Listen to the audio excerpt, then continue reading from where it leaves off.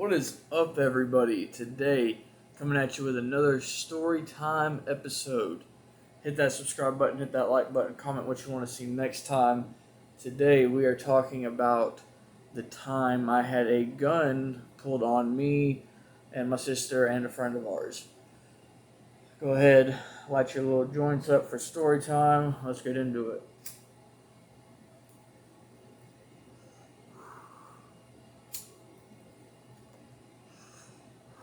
All right, so today's story time happened in the summer of, I want to say 2005 or 2006, one or the other. I'm not 100% sure. It's been a long time since then. And started off, it was me, my sister, and one of our homegirls. All right, trying to leave names out of it just in case they don't want their names out there. But we were out at the lake in Texas, and where I'm from in Texas, Lake Brownwood. So it's Tamarack Mountain. You got Thunderbird Bay, and you got Harbor Point. I want to say we were in Thunderbird Bay, maybe. I can't remember where we were at, but we had another homegirl, had a house there. All right, she was out of town for the weekend. Her and her mom were out of town, but they still had like a dog or a cat, something like that. And they wanted to know if we could just check in on it, make sure it's all right, make sure it gets food, water, whatever. So we said yeah, and we ended up going over to her house, and we decided we'll throw a little party. Why not? They're out of town. We called up the girl also that we knew that was our homegirl, and we were like, "Yo, do you mind if we like have a couple drinks, have maybe a few people over? We're not gonna get like wacky with it. We're not gonna have a lot of people, but we're just wanting to know if it's all right to have a few people over to your house, have a couple drinks, maybe smoke a little bit. We're all teenagers, just trying to have some fun." The girl said, "Yeah, that's fine." She said her mom even was like, "Just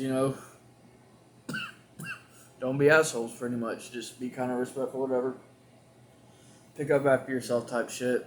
And so night goes past, we do our thing, whatever. Well, we leave. We don't stay the night there, but we go back to where we're supposed to go, like back to my grandparents' house. For some reason, I had my gym shorts in the dryer for some reason, and worn my shorts back. So I went back the next day, and the door was locked. And we were like, who locked the door? Like, we remember leaving it unlocked in case we had to come back, and I planned on coming back to get my shorts. So my sister was like, "I'll run around, bop open the back door real quick." We had learned if you just like, if the girl would just like turn around, bump it with her ass real quick, the door would fucking fly open. So my sister was like, "I'll run around there, bop it real quick, it'll fucking pop open, and she'll come and let us in." So me and the homegirl were standing on the front door, we're waiting. It's been about 60 seconds, and we're like, "Where's my sister? She should have been here to open up this door. What? She's taking her time. What is she doing back there? Can she not get it open? Like, we don't know what's going on." And the next thing we know, the door opens, and she opens it up, and she says, "Hey, y'all need to come inside right now." So we're just like, okay, we planned on it anyways. And as soon as we step inside, we see a guy with a 9mm pointed at us, and he's telling us, "Y'all need to go sit on the couch right now." He's like, "Y'all need to go sit on the couch right now. I got a few phone calls to make, and we're gonna get down to the bottom of this." So we're all just like, "Dude, what are you talking about? What's going on?" And he's like, "I don't think y'all are supposed to be here. Y'all are breaking into my family member's house." And we're like, yo, we were told to be here by the people that live here. We're supposed to be checking in on their animals, and like, we're supposed to be here pretty much, is just what we're saying. And he's like, "Yeah, well, whenever I make these phone calls, I'll see if that's real." Or whatever the fuck he said. So like, we're just sitting there like, and all I can think in my mind is I've got my homegirl, I got my sister right here. Alright, we're kind of in danger. We don't know who this dude is that has a gun on us, and he's talking about he's going to make phone calls. Like, we're just like, what the fuck, dude?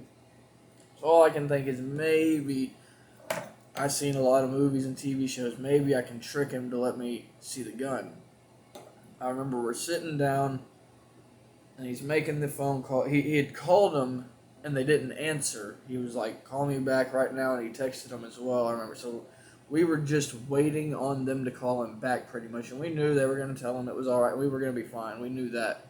But I'm still thinking, "Fuck this guy. I don't know you, and you done pulled out a gun on my sister. I don't even. This is. I'm trying to get that gun now. No matter what. Like, I can't fight the dude because I was a fat, overweight, chubby, unathletic 14, 15-year-old, and this was probably like a 30, 40-year-old grown-ass man, like, with a gun. I can't fight the dude. I didn't know how to fight at the time or anything, and, like, it was just a bad situation if I'd have tried that. So, I'm sitting there on the couch, and while we're waiting, everybody's just kind of doing little, he's kind of like, well, why were y'all here, and how do you know them, and eventually I was just like, hey man, what kind of gun is that? It's a nice gun you got. And he's like, oh, it's da da da da da 9mm, whatever. And I was like, hey man, you mind if I just kind of see it for a minute, like kind of hold it? And he was like, oh yeah man, here you go. And he reached out to hand it to me, and man, I kid you not, if this was the gun, he was like this, and I went like this, and we were about this far apart before he went and fucking pulled back, and as soon as he pulled back, he emptied out the clip, and then he let out the one, and then he handed it to me, and that's whenever I was just like, oh, so close to getting it, dude. But I just grabbed the gun. I remember I was like, oh, that's really cool, man. Oh, that's a really cool gun, man. And then I handed it back to him because what am I gonna do? And eventually they called him. They told him the whole thing. They were like, hey, they're supposed to be there. They're checking on da da da da da. And he was like, all right. And I remember I had to leave my clothes though. I never got them out of the dryer for some reason. Not at that time. I ended up getting them back. We went back later that day, I remember. Yeah, we went back later that day, and that's whenever I got them out, because I can remember it in my head, like me reaching into the dryer, grabbing them, and being like, yo, fuck this, let's go fucking, I'm not trying to deal with that crazy dude no more, like, he could show up at any moment, like, fuck these animals, like, fuck everything, I'm not doing it, I don't care, bro, I'm not trying to be involved in this no more, and so, that was that pretty much it. I remember we went home, told my dad, but my dad would probably just thought we were lying, to be honest, because we were kind of like laughing and like, I feel like the way we were telling it to my dad was kind of like in a you would take it as a joking manner. You would take it as a they're trying to my kids are trying to be, I don't know, they're trying to be funny, they're trying to pull a joke. I bet that's how it came, because of how we were just so like nonchalant with it, and we weren't really freaked out for something, like, I don't know, it was just, I remember we told him, and he was just like, okay, and we were just like, okay, like, cause like I said, we were just so nonchalant, so like, nothing happened, so we didn't feel like there was really a reason to go to do anything about it, like, nothing happened, none of us got hurt. We told our dad, he knows, but I don't even know if he believes us. So, like, that's just that, man. And that was the first time I ever had a gun pulled on me at 14 or 15, along with my sister and homegirl at the time. Fucking crazy. It's pretty crazy, y'all. But pretty much it for the story time. It's a little bit shorter usual. That wasn't a long drawn out story. This one was rather short. I just thought of it. I was like, yo, I'm gonna go ahead and make this video real quick before I forget it. I didn't feel like writing it down. I don't have no notes or nothing. Like, there's no need. It was just a little party that the dude, by the way, figured out apparently, because people were calling him and telling him, if they're supposed to be out of town, why are the lights on? Why is it kind of loud? I can see people inside of it. And he just waited till morning, because at night there was about